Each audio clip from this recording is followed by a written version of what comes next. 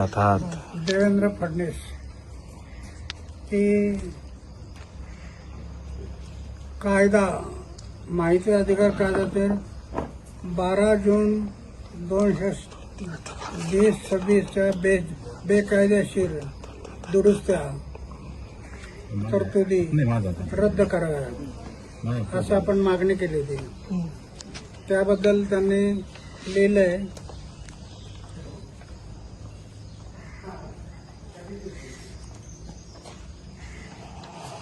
मी त्याच्यात एक लिहिलं होतं की समाजाच्या हितासाठी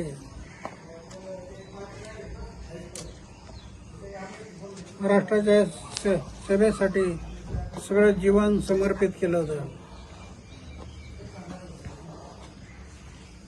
मुख्य उद्देश पारदर्शकता. जनता मालक आहे, अधिकारी सगळे सेवक आहेत. सेवक म्हणून त्यांनी काम करावं, मालक म्हणून नाही. इथे मालक झाले म्हणून आम्ही आंदोलन करायचं ठरवलं.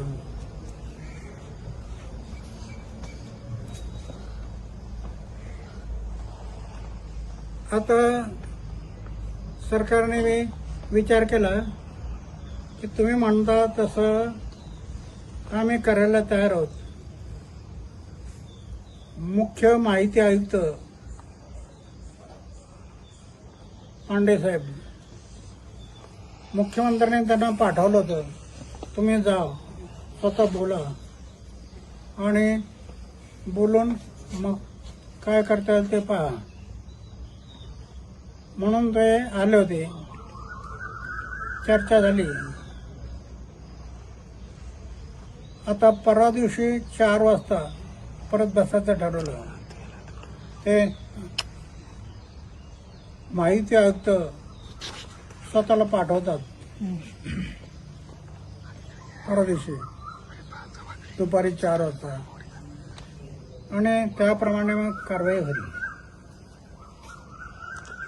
पण अण्णा, ज्या पद्धतीने तुम्ही या कायद्यासाठी अनेक आंदोलनं केली, या कायद्यासाठी तुम्ही अनेक आंदोलनं केली, कित्येक वर्षानंतर हा कायदा लागू झाला.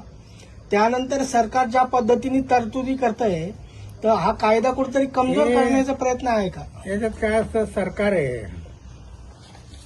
कायदे करणारे वेगळे असतात आणि दुसरे कोणी आले की ते काहीतरी करतात, असं ते घडतं. म्हणून नको ते लोक जर घडले, शिरले आतमध्ये, तर आपण आंदोलन, समाजाच्या हितासाठी जे करणं शक्य आहे ते करा, जनतेच्या हितासाठी करायचं ते करा, अन्यथा आंदोलन. तर अण्णा, आता 5 तारखेला जे आता उपोषणाचा इशारा दिलेला होता, 5 जुलैला उपोषणाचा इशारा दिलेला होता, तो तात्पुरता स्थगित केलाय का? आता स्थगित केला. आता मुख्यमंत्र्यांनी माहिती आयुक्त, प्रमुख माहिती आयुक्त त्यांनाच पाठवलं होतं. त्यांच्याशी चर्चा झाली आणि ते म्हणे मी स्वतः येतो माहिती आयुक्त म्हणून, कधी यायचं सांगा. तर परवा दिवशी दुपारी 4 वाजता या. मग ते येणार आहेत आणि ते मुख्यमंत्र्यांशी चर्चा करून मग निर्णय घेणार. अण्णा, त्या बैठकीमध्ये जर मागण्याचं समाधान झालं नाही तर 5 तारखेला जे ठरवलेलं आंदोलन, हे उपोषण आहे, ते होणार आहे का? होणार.